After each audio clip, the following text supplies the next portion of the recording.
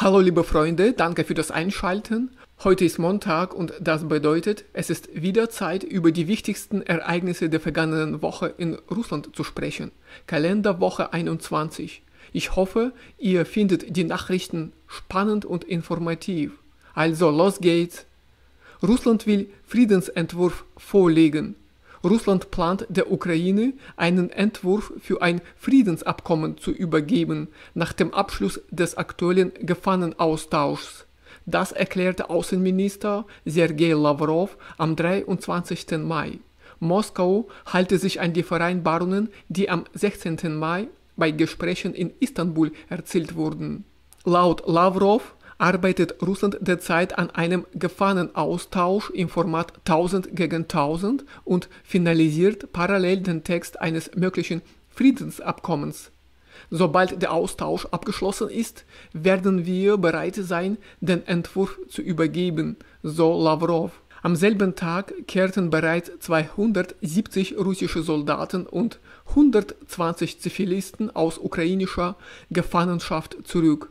Weitere Austausche sind geplant. Am Abend des 25. Mai sind noch 303 russische Soldaten aus ukrainischer Gefangenschaft nach Hause zurückgekehrt. Der Austausch erfolgte im Rahmen zweiseitiger Vereinbarungen. Die Rückkehrer werden nun in medizinischen Einrichtungen in Moskau versorgt und behandelt.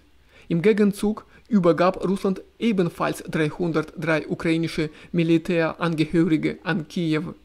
Damit wurde der groß angelegte Austausch im Format 1000 gegen 1000 abgeschlossen. Ein Ergebnis der ersten direkten Gespräche zwischen Russland und der Ukraine seit 3 Jahren, die am 16. Mai in Istanbul stattfanden. Explosion auf Bahnstrecke. In der Region Belgorod kam es zu einer Explosion auf einer Eisenbahnstrecke. Ein Güterzug fuhr auf einen Sprengsatz, der unter den Gleisen deponiert war. Verletzt wurde niemand. Die Oberleitung wurde beschädigt. Der Zugverkehr vorübergehend eingestellt. Alle Einsatzkräfte sind vor Ort.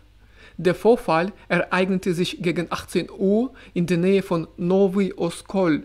Der Zug kam aus Richtung der Stadt Waluiki. Laut ersten Erkenntnissen entsprach der Sprengkraft rund 100 Gramm TNT. Der russische Fußballmeister Krasnodar. Großer Jubel im Süden Russlands. Der Fußballclub Krasnodar hat sich zum ersten Mal in seiner Geschichte den Meistertitel gesichert. Im letzten Saisonspiel besiegte die Mannschaft auf heimischem Rasen Dynamo Moskau mit 3:0. Präsident Wladimir Putin gratulierte dem Klub persönlich zum historischen Erfolg. Auf Platz 2 landete Zenit aus St. Petersburg. Dritter wurde CSKA aus Moskau.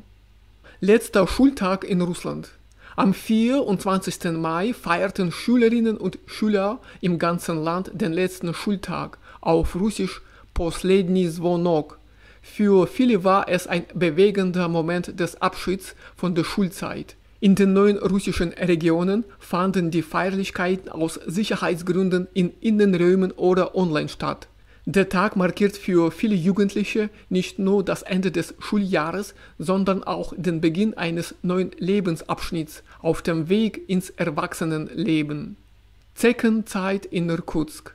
In der Region Irkutsk wurden in diesem Jahr bereits über 5300 Fälle von Zeckenbissen gemeldet.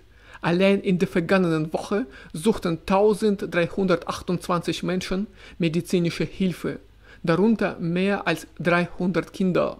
Die Stadt reagiert.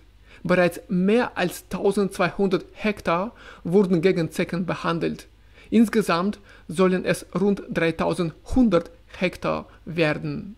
Also, liebe Freunde, das waren wohl alle wichtigen Nachrichten rund um Russland, die ich euch in diesem Video vorstellen wollte. Ich hoffe, die Informationen waren für euch interessant und ihr habt jetzt einen kleinen Einblick bekommen, wie Russland lebt und was hier passiert. Der Sommer steht schon vor der Tür und deshalb möchte ich euch herzlich einladen. Kommt doch in diesem Sommer nach Russland. Und noch besser, wenn ihr die Möglichkeit habt, besucht Irkutsk und den wunderschönen Baikalsee. Also, liebe Freunde, ich wünsche euch alles Gute im Alltag und viel Erfolg bei der Arbeit. Wir sehen uns ganz bald wieder in einem neuen Video auf meinem YouTube-Kanal. Auf Wiedersehen und bis bald!